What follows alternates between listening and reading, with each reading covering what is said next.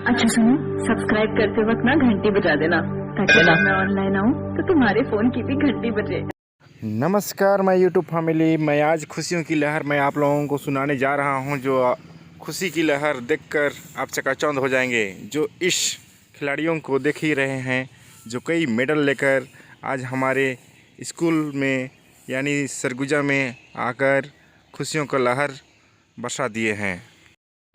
ये जो गेम है मार्शल आर्ट जिसमें जीत किंडो के नाम से जाना मार्शल आर्ट नहीं जानते हैं, जीत किंडो भी नहीं जानते हैं, पर मैं इस वीडियो में आप लोगों को बताऊंगा कि कैसे मार्शल आर्ट गेम होता है और कैसे क्या होता है। तो चलिए दोस्तों मैं आगे बताता हूं। अब चलिए मैं अब बाइक स्टार्ट करूंगा, तब तो मैं आगे पहुंचूंगा तो फिर बताऊंगा। चलिए थोड़ा सा अब चाबी ढूंढ रहा हूँ, चाबी लगा हुआ है। चलिए स्टार्ट करता हूँ। चलिए स्टार्ट हो गया है। अब मैं आगे पहुँच के मैं बताता हूँ मार्शल आर्ट या जीत किंडो कैसे होता है, कैसे गेम खेला जाता है, उसके बारे में आप लोगों को मैं विस्तार से बताऊंगा। और आप लोग भी जो भी इंटरेस्ट है वो भाग लेना चाहता है तो भाग ले सकता है, क्योंकि ये नया गेम है। इसमें जल्दी नेशनल जा सकते हैं और मेडल पा सकते हैं, और मेडल पाएंगे तो या फिर सर्टिफिकेट बनेगा तो आपके आगे की पढ़ाई या आगे की जॉब या कुछ भी के लिए फ़ायदेमंद होगा। जो कहीं भी डिमांड होगा या फिर कहीं मांगेंगे तो उसके लिए डिमांड होगा। जो खिलाड़ी आपने देखा गोल्ड मेडल पहना हुआ या सिल्वर मेडल पहना हुआ, सबसे पहले मैं बताना चाहूँगा कि 7 गोल्ड मेडल लेकर आए हैं और 5 सिल्वर मेडल और 4 ब्राउन मेडल लेकर आए हैं। तो दोस्तों आप लोग भी भाग लेना चाहते हैं तो भाग ले सकते हैं। इसके बारे में जानकारी लेना चाहते हैं तो मैं अगले वीडियो में जानकारी फुल बताऊंगा, अच्छी तरह से बताऊंगा। बने रहिए। जो नए हैं लाइक शेयर एंड सब्सक्राइब कीजिए, ताकि जीत किंडो या मार्शल आर्ट के बारे में आप लोगों को विस्तार से बताऊंगा और आप लोग अच्छी तरह से जा सकते हैं न्यूज़ जगह में, और न्यूज़ जगह में जाके आप अपना सर्टिफिकेट और गोल्ड मेडल अचीव कर सकते हैं। इसको मैं विस्तार से बताने के लिए थोड़ा सा मेरा आवाज़ तो नहीं आ रहा होगा, लेकिन मैं माइक लगाता हूँ फिर बताता हूँ।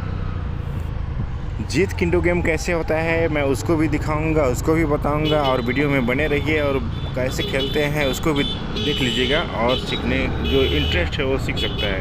तो मैं उसके बारे में थोड़ा सा हिस्ट्री बताऊंगा, और हिस्ट्री कैसे है क्या है थोड़ा सा उसको ध्यान से सुन लीजिए। जीत किंडो यानी वो मार्शल आर्ट जिसे ब्रूस ली ने इजाद किया।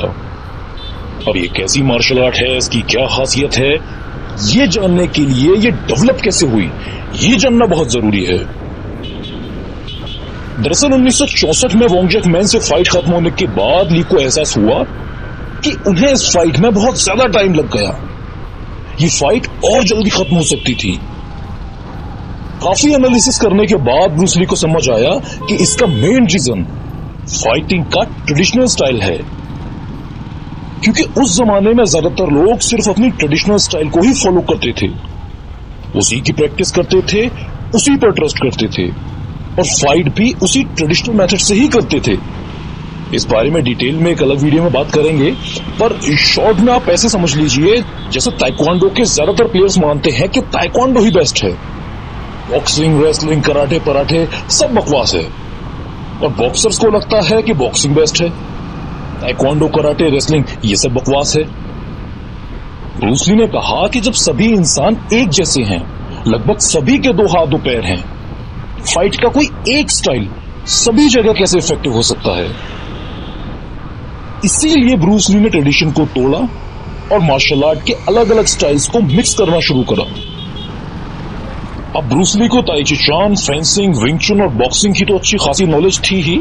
इसके साथ ही ब्रूस ली ने हपकिडो, ताइक्वांडो, कराटे, जूडो और रेसलिंग की टेक्निक्स को भी शामिल करा, और एक ऐसा फाइटिंग स्टाइल इजाद करा जिसका कोई स्टाइल नहीं था, जिसमें बॉक्सिंग के पंच भी थे, ताइक्वांडो की किक्स भी थी, जिसमें विंग चुन की तरह कंटिन्यूअस अटैक भी थे, और जूडो रेसलिंग की तरह ग्राउंड फाइटिंग भी थी।